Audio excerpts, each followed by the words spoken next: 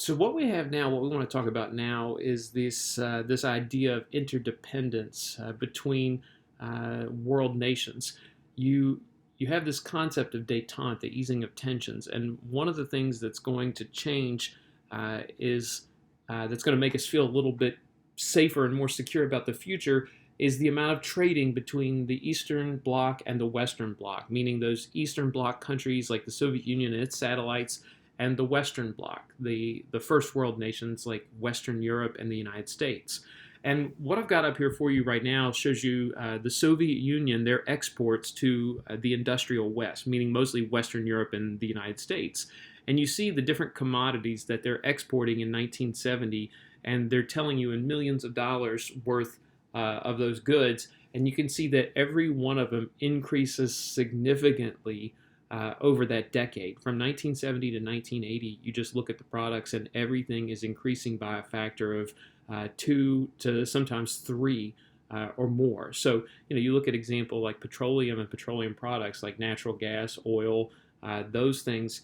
For example, $528 million worth of stuff to nearly $1 billion worth of stuff by 1980. So this is a relationship that's beneficial. Now, one of the things that's super important is this builds relationships that are going to be hard to break because people definitely would prefer not to go to war, but they also like making money.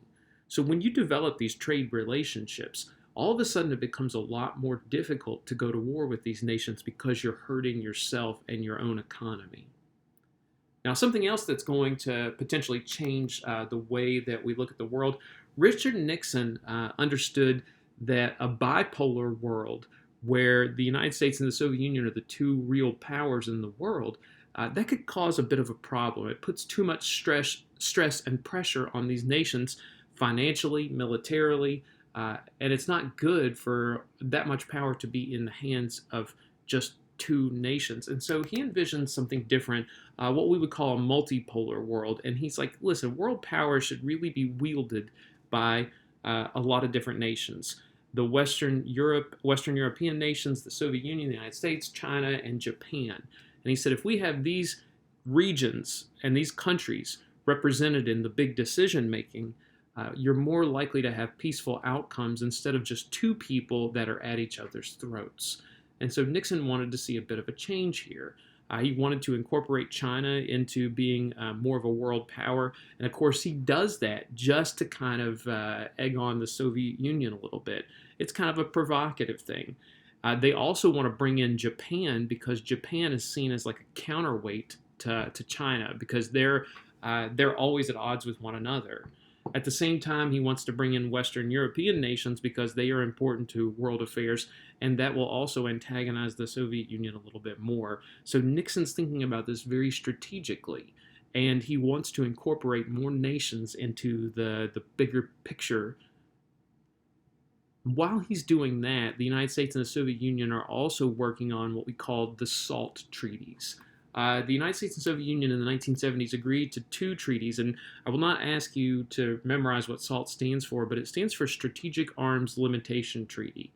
And there's two of them, and they are designed to limit the amount of nuclear weapons in the world. And this was just a little graphic from SALT 1 talking about the number of missiles and warheads and submarines that each nation can have. And so that way, if we reduce the number of nuclear weapons in the world, everybody feels just a little bit safer. And we still have more than enough of these to blow up the world on multiple occasions. So there's that. The numbers and what we can talk about, the ABMs are what are called anti-ballistic missiles, meaning missiles that intercept nuclear missiles. Both the Soviet Union and the United States didn't really have a lot of success at that time with anti-ballistic missiles, so neither side had much harm, or they didn't see much damage coming from limiting the number of those. ICBMs, intercontinental ballistic missiles, those are the missiles that just travel all over the world to basically destroy a target. The number of warheads, those are MRVs, multiple reentry vehicles, meaning that one nuclear missile, when it fires, when it gets close to its target, there are multiple little warheads that would break off and hit several targets, all of them nuclear warheads. Now, that once again shows that we're making progress to limiting the number of nuclear weapons, and people feel better about that. And finally, one other thing we want to mention here, and by the way, you also see Jimmy Carter and Leonid Brezhnev signing SALT II in this picture, and everybody's on looking. You see a lot of military figures from both nations.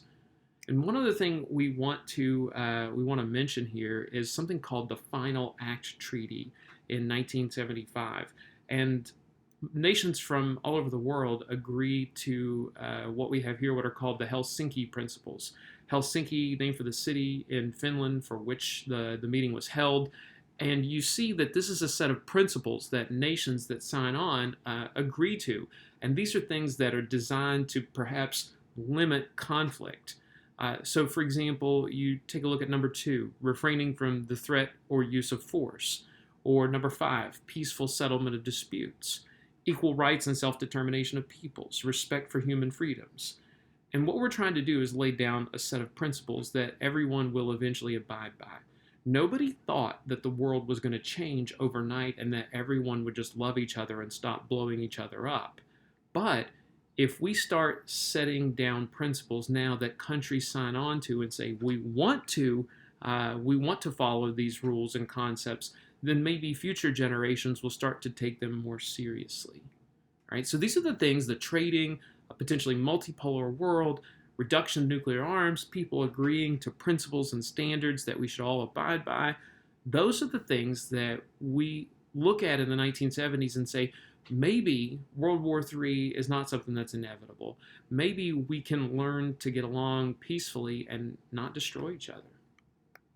Right? Now, we'll get into this with our next video, but you're going to see that the Middle East and in Asia, détente and coexistence are not things in their vocabulary during that time frame.